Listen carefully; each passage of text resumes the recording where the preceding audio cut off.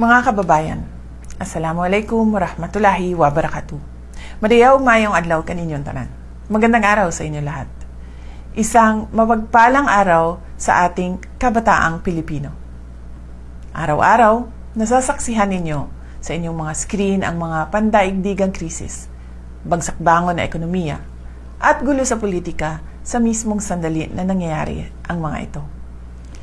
Nilulunod kayo ng ingay, magkakasalungat na naratibo at mga pangako na bihirang magkatotoo. Ang ingay na ito ang nagdala sa inyong henerasyon upang maging lubos na mapagmatyag, mapanuri at laging nakabantay. Ngayong International Youth Day, kinikilala natin ang temang Different Contexts, Common Aspirations. Magkakaiba man ang inyong kinakaharap na realidad, iisa ang inyong mithiin. Ang disenteng trabaho, dekalidad na edukasyon, at marangal na pamumuhay.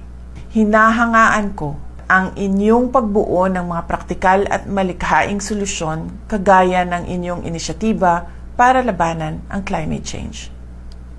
Hindi kayo naghihintay na ayusin ng isang sirang sistema ang sarili nito. Gumagawa kayo ng sarili ninyong espasyo upang humingi ng pananagutan. Our job is to ensure you have the security and opportunities to build the nation you deserve. Your role is not just to inherit the future, but to defend the truth of the present. Patuloy ninyong gamitin ang inyong boses at manindigan. Ang inyong pagiging mapagmatyag ay isang mahalagang sandigan ng ating demokrasya. Sa ating mga kabataan, mga kababayan, mahalin natin ang Pilipinas. Ibalik natin ang tapang at malasakit. Ang lahat ng ating ginagawa ay para sa Diyos, sa bayan, at sa bawat pamilyang Pilipino. Syukran. Tungkol po kay ating Vice President Sara Duterte. So, kung ma-analyze niyo po yung ating previous na tarot tungkol sa ating Madam Inday, Sara Duterte, ito po ngayon ang 2026 na update na nakikita ng tarot.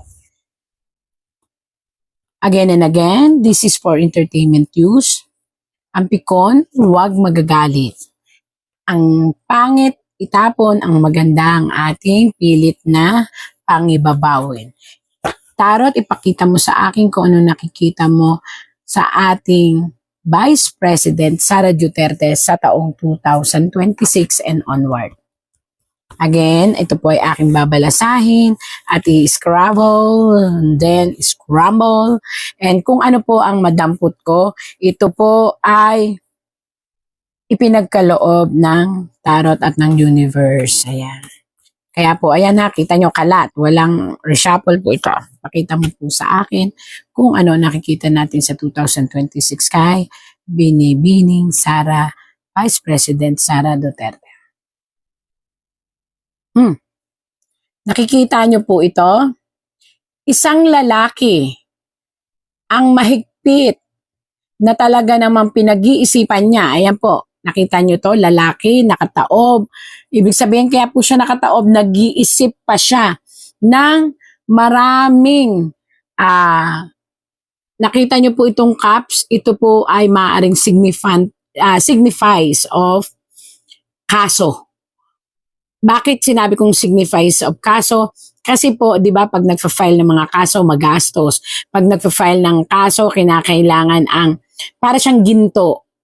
So, para sa kanya, yung isa-sign niya o ibabato niya para kay Ma'am Sara Duterte ay matinding mga ginto daw or matitindi.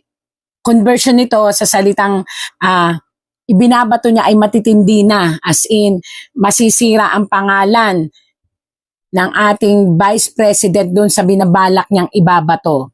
Unfortunately, nakabaliktad po siya. So, ito po ay malalampasan ng ating Vice President.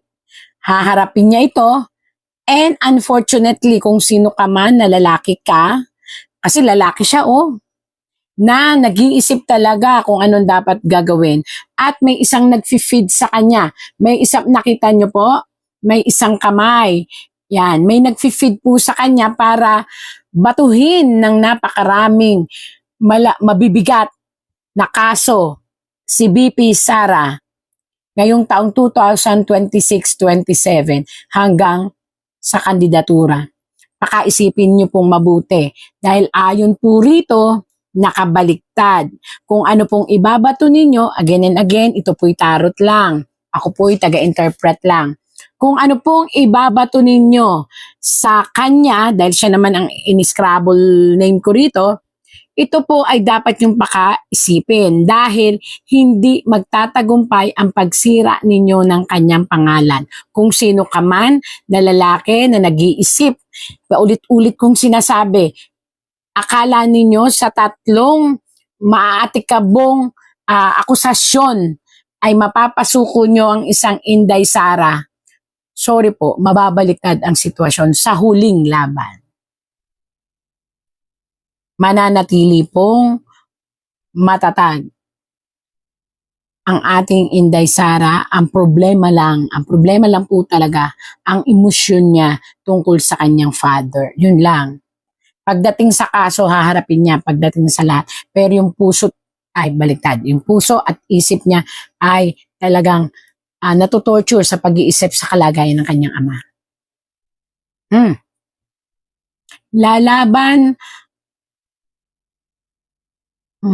Sana naman malampasan ito ng pamilyang Duterte. Sana po ipagdasal ng buong sambayanan na malampasan ng ating family ng Duterte ang isang pagkawala ng isang taong mahal ng sanlibutan. Ito po ay hindi pa tsak na magaganap.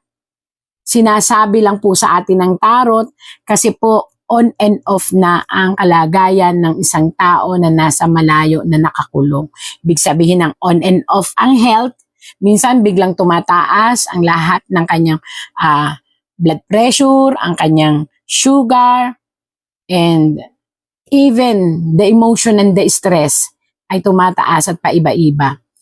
Alam nyo, nakalagay dito, magdasal lang po tayo kung kayo po ay talagang mahal nyo po ang dating Presidente Duterte, magdasal lang po na makayanan lahat.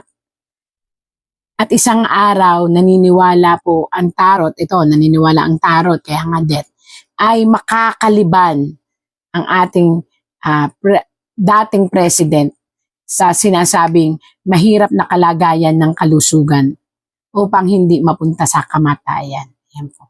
2026-27, doon magkakaroon ng problema masyado ang health ng ating presidente at dahil siya'y ama, lumabas po siya sa tarot ni Vice President Sara. At yun po ang iniisip talaga ng ating Sara. Hindi niya iniisip to kasi kaya niya tong labanan.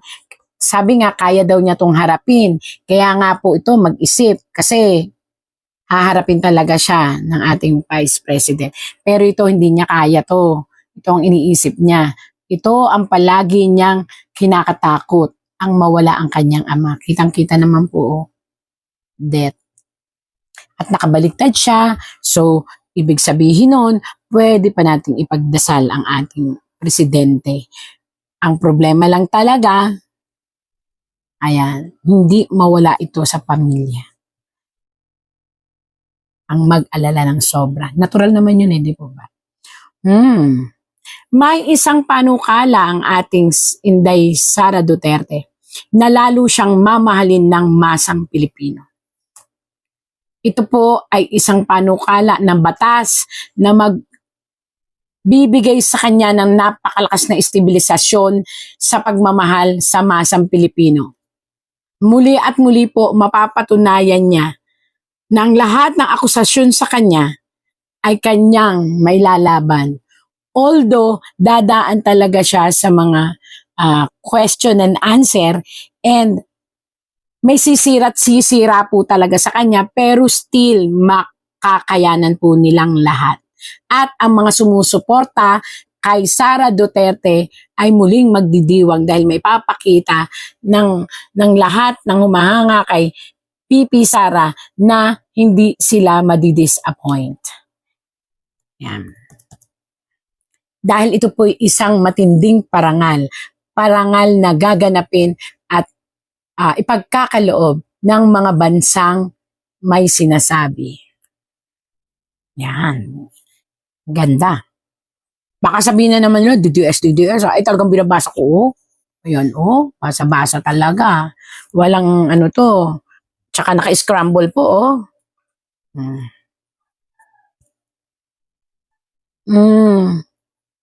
Kaya lang po, ang inang bayan, ang dami talagang sumusubok sa katapangan at sa katatagan ng ating Inday Sara. Mag-ingat. Ingatan nyo pong mabuti at huwag kayong lalayo at aalis ng walang kasama. Meron po ditong isang babae na hindi ko po maintindihan tong babaeng ito.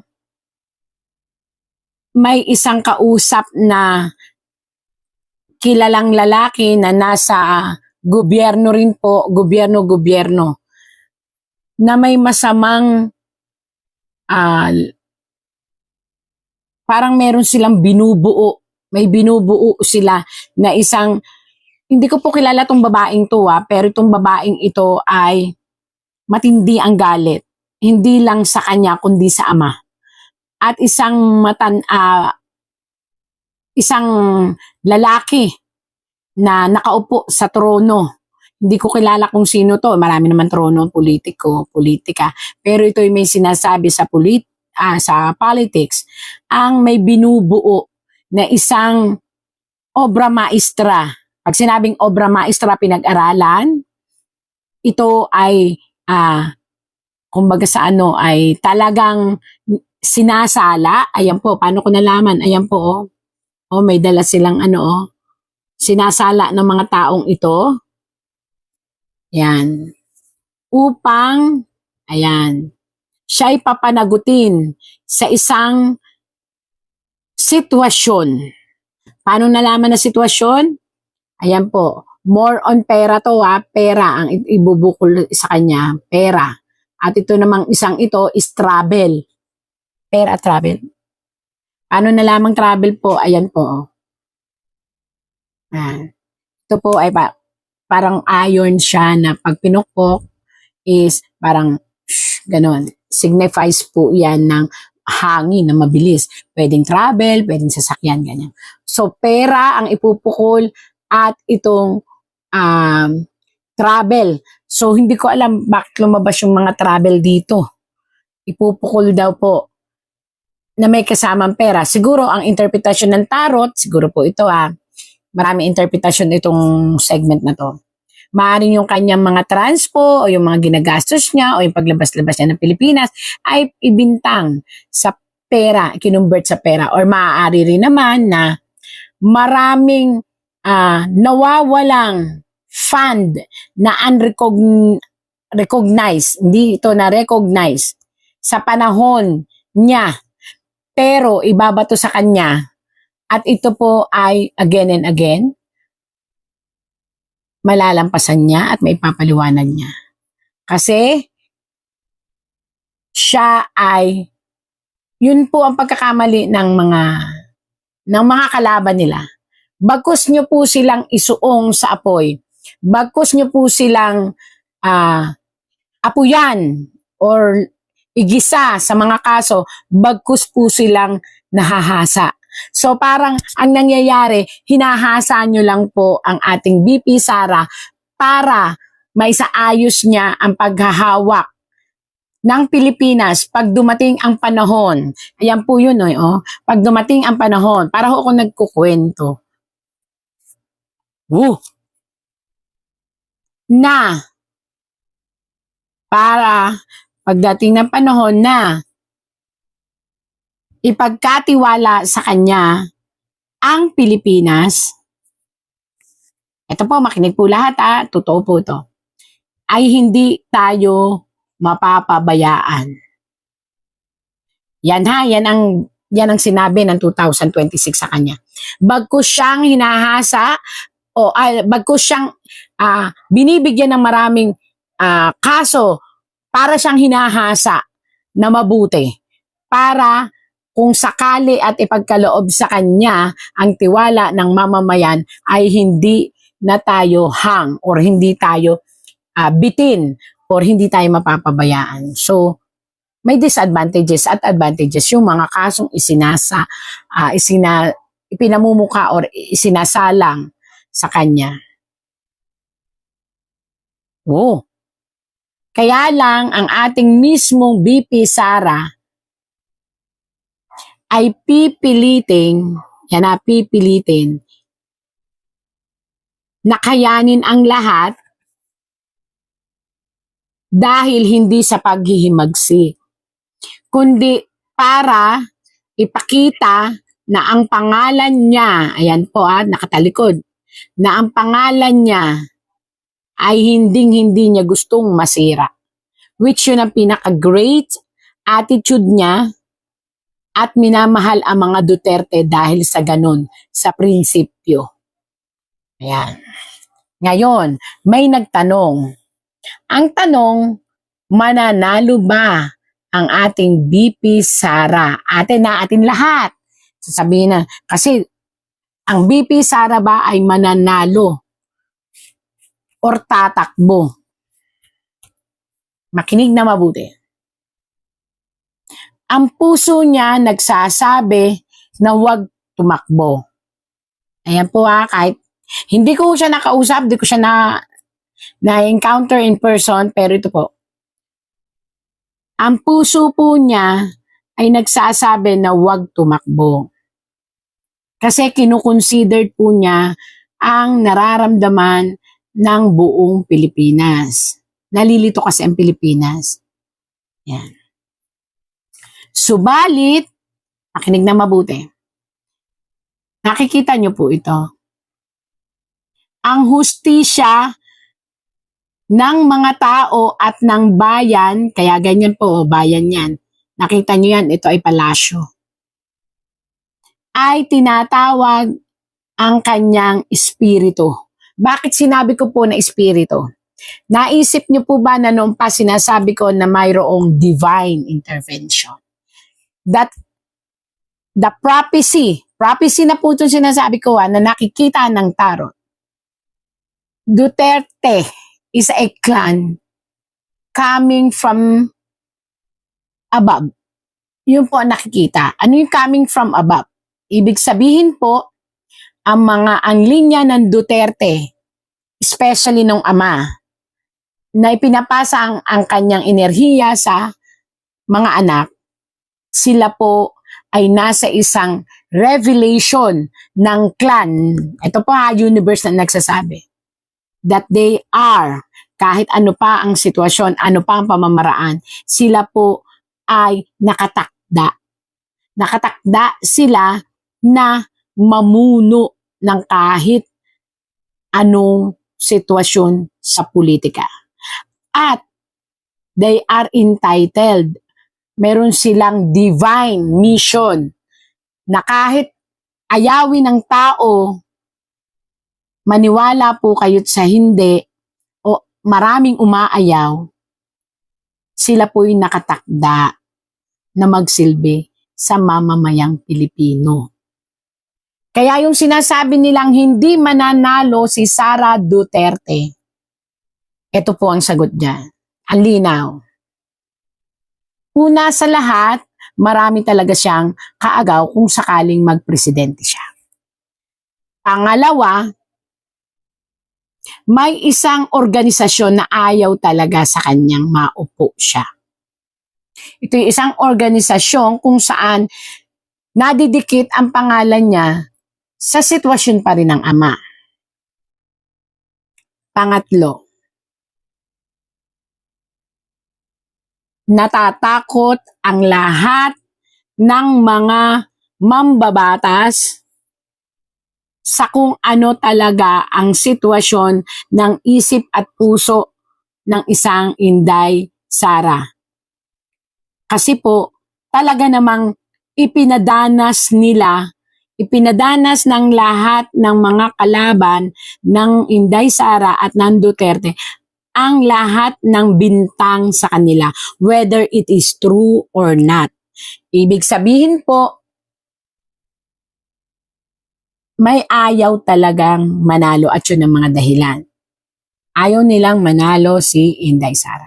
Ito na ho ang pakita mo sa akin kung ano ang twist ng istorya. Oops. At yun ay babasagin ng mga taong nagmamahal kay Sara Duterte. Ibig sabihin po, kung walang magiging kapabayaan sa botohan, sa dami po ng mga gustong magpakita ng pagmamahal at suporta kay Inday Sara Duterte, paniwalaan nyo po, basta walang anumang hokus-pokus, walang anumang kapabayaan, walang anumang anomalya na mangyayari sa botohan, kung si Inday Sara Duterte po ay boboto, ay ano ba yun, iboboto. Si Inday Sara Duterte ay iboboto ng mga tao, which totoo pong iboboto siya. Mananalo po siya. Tandaan nyo, ako na po ang nagsabi, wag lang magkakaroon ng dayaan, wag lang magkakaroon ng kapabayaan, at wag lang magkakaroon ng sinasabi na pagbabaliktad ng sitwasyon. Sara Duterte will won the heart of the Filipino masses. Ibig sabihin, taong bayan ang magnanais na siya'y manalo. Kaya dito sa huli, marami ang magkakaroon ng sariling mga, kumbaga, ano bang tawag doon? Ito ang aking kandidato. Ito ang aking kandidato. But the Duterte clan, hindi na sila mabubura. Kaya, ito na po sinasabi ko, yung pong sinasabi ng tarot, ha?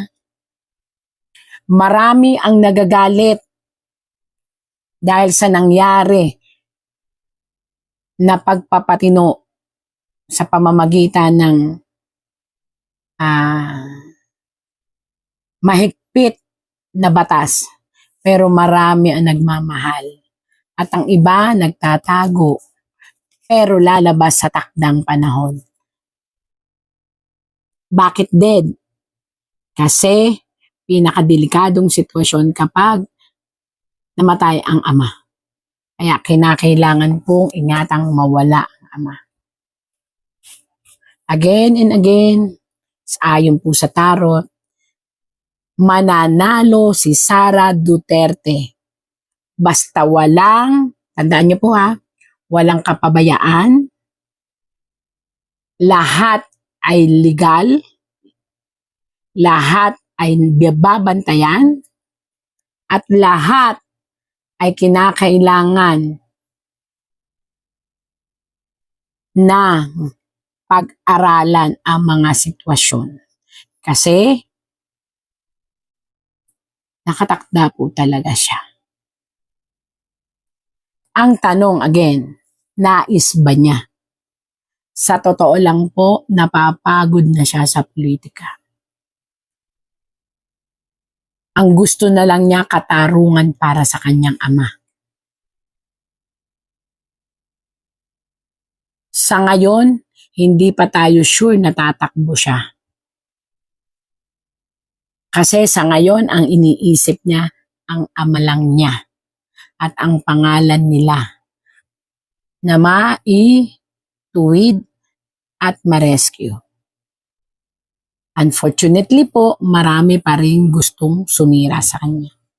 But everything na ibabato sa kanya, malalampasan po niya. Even ang kulungan, malalampasan niya. But, natatakot ako kasi may death threat ang buhay niya.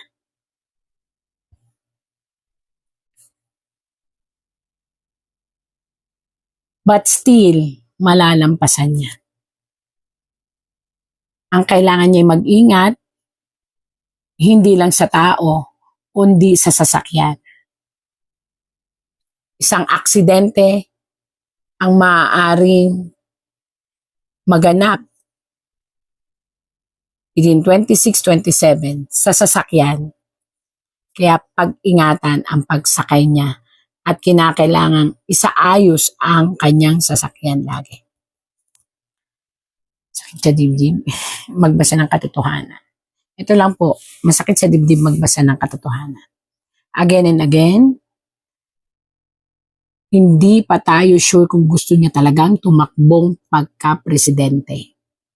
Sa ngayon, ang utak niya, mailabas ang kanyang ama, mabigyan ng magandang sitwasyon ang kanyang ama. Yun ang inilalaban niya. Pero ang madlang people, gusto siyang patakbuhin. Yung sinasabi na hindi siya mananalo, maniwala kayo, wala lang dayaan na magaganap, walang kapabayaan, walang kahit na anong hawsyaw, babangon po ang Duterte. At yan ang mundo.